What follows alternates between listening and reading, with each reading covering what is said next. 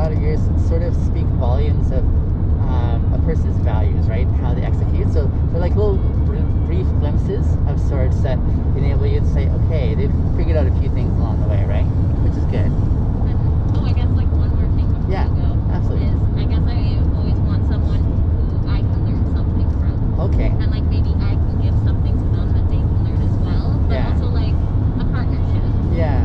So like say I don't know how to handle, I don't know, disappointments easily and they do, maybe they can teach me how to handle that better, or maybe they get angry a lot and they don't know how to handle it. Like I know how to handle that. But not too much. Yeah. Yeah. But how about yourself? So I think my biggest takeaway for me that almost influences how I connect with people or don't is knowing where my do I have the ability to express who I truly am?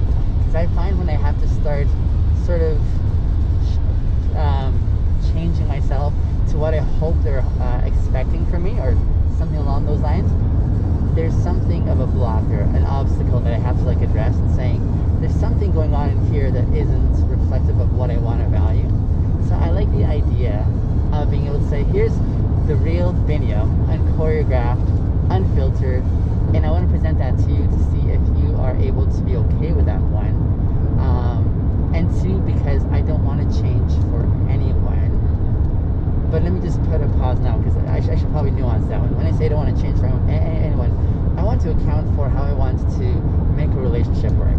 And I think in some context, when you do connect with people, even like this interaction for as long as we have, and it's a lengthy ride, which I love. Yeah. It's good in the sense that we're influencing each other, right? Like we're sort of building on something. I know so much more about you by this time in the ride than I did when you first walked in, right? Oh, yeah. I have a totally different perception as you do of me. You're like, no way you're that old. Yeah. Do you know what I'm saying? But I find even as we give up bits about ourselves, it almost shifts the way that we see the world. We impact each other in some real ways. But in a relational context, romantically, there's more investment, I think, that we sort of have in the other person and saying, I'm going to give up more about myself than anyone else has access to. And some of that means that we're going to have to compromise, because if I don't change, if I always have my own way, that can be pretty hard for someone else to say, I'm going to line up with exactly how you are, right? Because they're coming from a totally different perspective.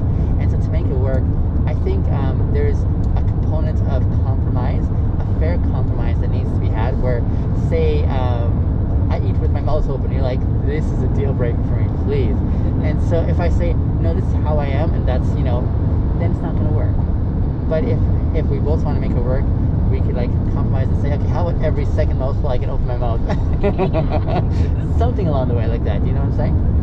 So the real challenge I think at the heart of most relationships is how to be able to be your own person, not to lose your identity, not to lose your you-ness, that thing that makes you like specifically as you are, while you're also choosing to shift in some significant ways just because you're like, I want to make this work. And for this to work, we need to see eye to eye on some things, which means we'll need to like, accommodate in some ways.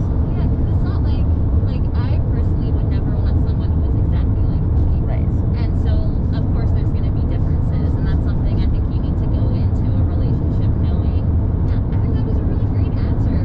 Like, that's definitely something that I try to do as well, because just being a teenager, especially, you try to warp yourself to what society is and what maybe your partner wants and he sees or she sees. Yeah. And so I guess like even for me it's the same, where I try to be my most authentic self straight out the gate and ask my most authentic questions that I want to know before it gets like too late. Yeah.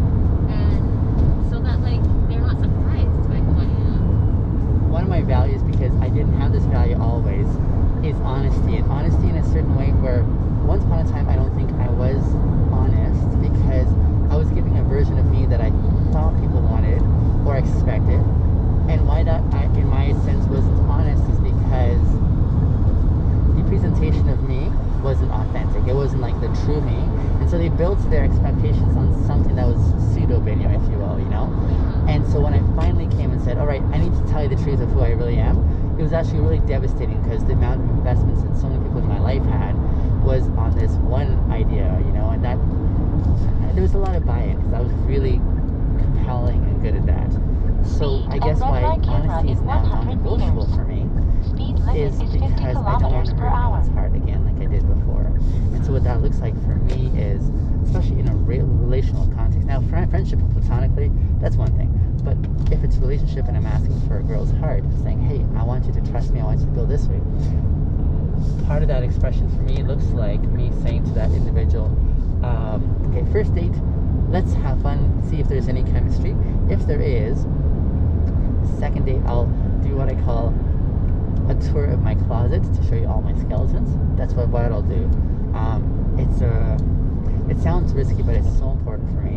In essence, what I do is I go to that individual and say, now I'm going to share with you my history and everything there, so that you can hear my story and not be surprised, so you can see where I have evolved to and why I've evolved the way I have, and why you think the way you think. Exactly. Yeah. And when I do all this, it's with the premise of having that opportunity with you to be able to say, okay, now that you know everything, you have everything you need to know before your heart gets connected to me, to determine, is this a hell yes for you, or is it something that you're like uncomfortable with? When you know everything, I don't want you to have any surprises to find out later on. You know what I'm saying?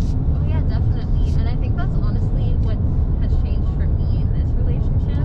Is not only that like he was there for a lot of my past, but the fact that because he was there, I feel more comfortable to be like, this is what happened when I wasn't around you, and this is the things that have happened to me, and this is why I might react the way I react, or I might act the way that I act, but just know that like I know. Like I know why I'm acting the way that I'm acting, because I've taken the time to like, this sounds so stupid, realize it. To like sit down with myself and be like, okay, I might not like this part about myself. I'm gonna try and change it, but I also want them to know that I'm trying to change this. But that it's still a thing in my life. Right. And then like even just like this sounds so funny, but I was watching Friends, and I was watching Girlfriends, if you know what that show is. No. It's with Diana Ross's daughter, and it's just like a show about black women in the 90s. Okay.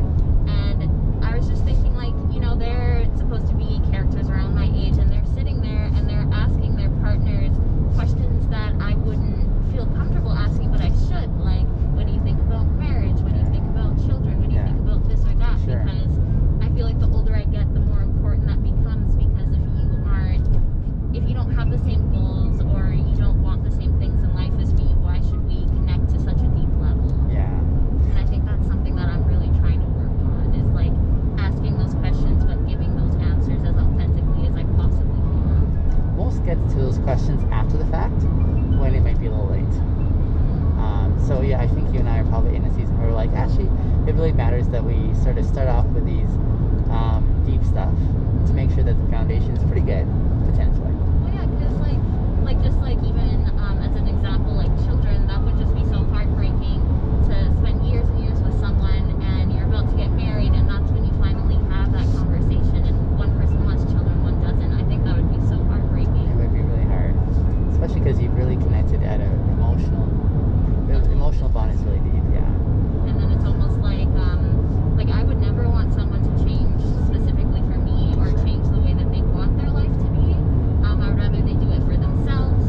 And so I don't know, like I was watching a TV show, and the guy in the TV show was like, well, if you want kids, I guess we'll have kids.